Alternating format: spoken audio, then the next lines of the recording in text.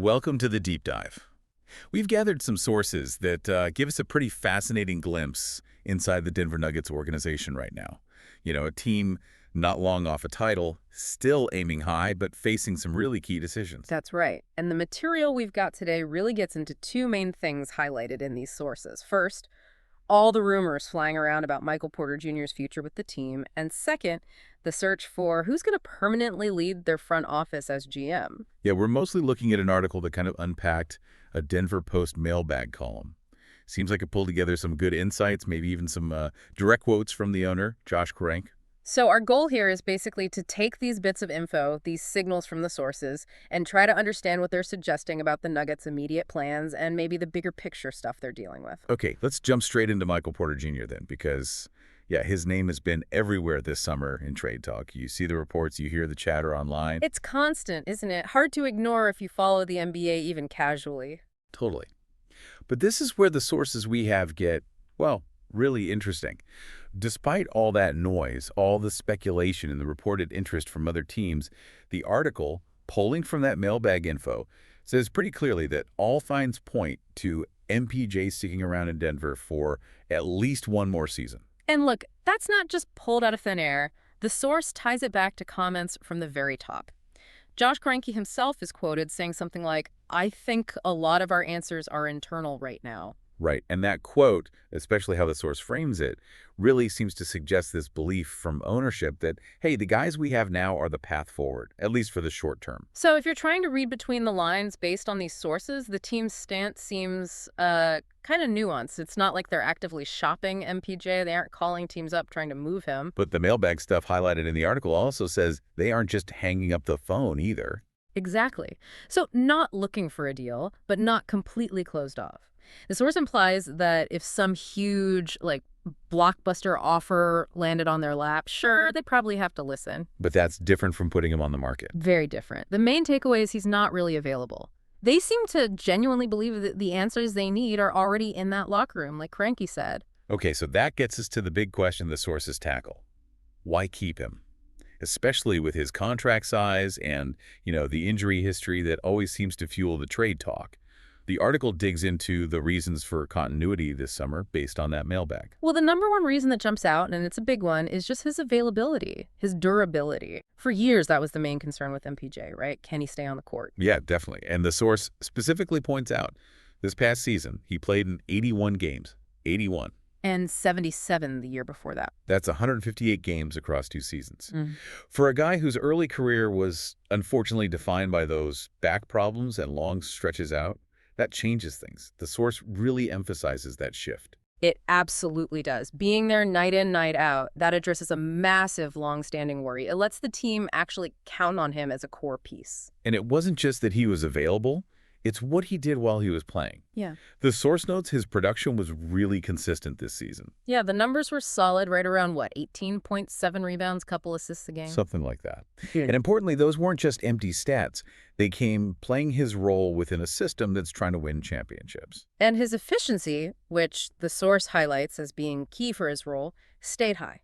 Over 50% from the field. .504, yeah. And maybe even more critical for how he fits with Jokic and Murray, almost 40% from three-point range, .395. That's deadly shooting for a guy his size, 6'10". Yeah. That combination of volume and accuracy from deep, it's pretty unique. Yep. The source calls him one of the league's most dangerous catch-and-shoot guys. Exactly. He doesn't need to dominate the ball to make an impact. He spaces the floor, hits tough shots. He's that outlet valve. Which brings us to maybe the most crucial point the source makes about why they want to keep him. How well he fits with the team's stars. The article literally says he just seems to fit next to Denver stars Nikola Jokic, Jamal Murray, and Aaron Gordon. Makes sense, right? Jokic needs that spacing to work his magic. Yeah. Murray needs shooters when he drives. Gordon needs room to cut. Porter gives him exactly that. His ability to stretch the defense, hit those threes, even grab some key rebounds, it just complements what the other guys do so well. The analysis in the source really suggests that this chemistry, plus the proven durability and the steady production, it makes a really strong case to keep him right now. Strong enough to ignore the trade chatter, at least this summer. So, purely based on what we're seeing in these sources, the logic for keeping MPJ this summer seems pretty clear. He's been healthy, he's producing efficiently, and he fits perfectly with their core. Ties right back into Kroenke saying the answers are internal. But, and this is a big, but the source makes sure to bring up, there's this whole financial element simmering in the background. It might not force their hand today, but it definitely casts a shadow over the longer term picture. The money. Always the money in the NBA. So while this summer might be relatively quiet on the MPJ trade front, the source warns that financial pressure is definitely building up. Yeah, that's a key distinction the source makes. It points out that the Nuggets' salary cap situation grows heavier by 2026-27. Basically, their payroll is set to jump significantly in a couple of years. Which makes everything harder, right? Yes. Roster building, avoiding the luxury tax penalties. Exactly. And the source gives concrete reasons why. Aaron Gordon, another vital piece, has a big raise kicking in around then like $9 million more. Wow. And then there's Christian Braun. The source says the team sees him as a long-term piece, someone they really want to keep. But he'll be up for a new contract, likely a significant new deal, as the source puts it. So you've got key guys getting more expensive guys you want to keep. And this is where Michael Porter Jr.'s contract becomes really relevant again, looking ahead according to the source. In that same 2026-27 season, he hits the final year of his contract. Okay, the expiring year. That always changes the trade calculations. It's not just about his salary that year, it's about the value that expiring deal has for other teams. Precisely. The source notes this makes him a potential trade chip with expiring value down the road. Because another team might want that expiring deal to clear cap space for themselves later on, or maybe just take a one-year flyer without a long-term commitment. Exactly right. So while his play makes him valuable to Denver right now, his contract structure in a couple of years could make him valuable as a trade asset for different reasons. So it feels like they're kicking the can down the road a bit. The source seems to explicitly say, look, this summer may be quiet on the MPJ trade front, but next summer could be a different story.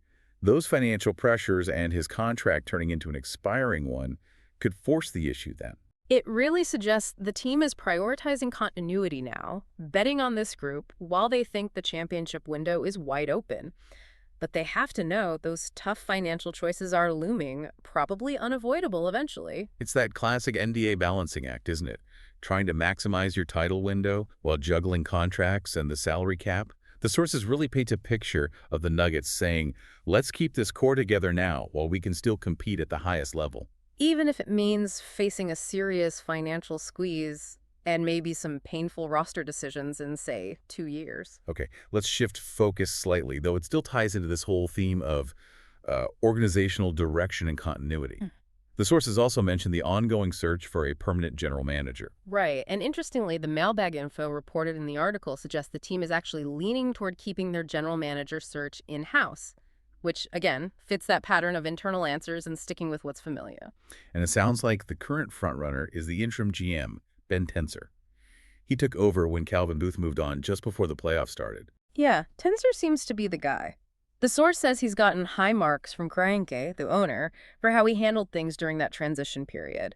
Getting that kind of internal thumbs up from ownership is obviously huge. Makes sense. And if they did decide to look outside the organization for some reason, did the source mention any alternatives? It does mention one name, specifically as the top external option they're apparently considering. Matt Lloyd, who's currently the GM for the Minnesota Timberwolves. Interesting. But the main vibe seems internal. Definitely seems that way. So whether you're looking at the decision on a key player like Porter Jr. or who's going to lead the basketball operations, the signals from these sources point towards favoring internal solutions, keeping the current structure and philosophy mostly intact. Which leads us nicely to the bottom line, kind of the overall conclusion the source material seems to arrive at. For now, continuity reigns in Denver. That really feels like the main theme coming through these insights, doesn't it? Sticking with the core players, likely sticking with internal leadership. But, like we talked about with the finances, this continuity isn't necessarily a long-term guarantee. The source is very clear. Cap crunches are looming. They're coming. And on top of that, the expectations are still sky high, right? Title expectations still sky high. That adds pressure to every single decision, even the ones, maybe especially the ones they might be putting off for now. Yeah, the source uses a great phrase saying the front office, whoever ends up in charge permanently, may soon find itself balancing loyalty to its core with the realities of roster management. That perfectly captures the tightrope walk ahead. How long can they afford to keep this successful but expensive group together? Can they win another title before those financial realities bite hard and maybe force some tough changes? So, pulling it all together from this deep dive into the sources, the immediate outlook seems pretty stable. MPJ likely stays put this summer. That decision seems driven by his improved play, his fit, and ownership's belief in this current group. And the GM job looks likely to go to Ben Tenzer, promoting from within, which again signals continuity in leadership and philosophy. But the sources absolutely flag the future challenges. Those big financial pressures hitting around 2026-27, combined with contracts like Porter's becoming expiring deals. It means difficult roster choices involving potentially core guys are almost certainly coming down the pipeline, even if they aren't happening right this second. They're basically buying time, betting on the present. Okay, so building on everything we've unpacked from these sources, here's a final thought for you to chew on. The sources suggest the Nuggets are choosing loyalty and continuity right now, keeping this core together for next season. Think about that specific choice they're making today. How might that decision, prioritizing the present, shape and maybe even constrain their options and challenges just 2 summers from now? When, as the source points out, that salary cap situation gets much tighter and key contracts like MPJ's become expiring, what kind of difficult spot might this focus on short-term continuity put them in when those financial realities really hit home?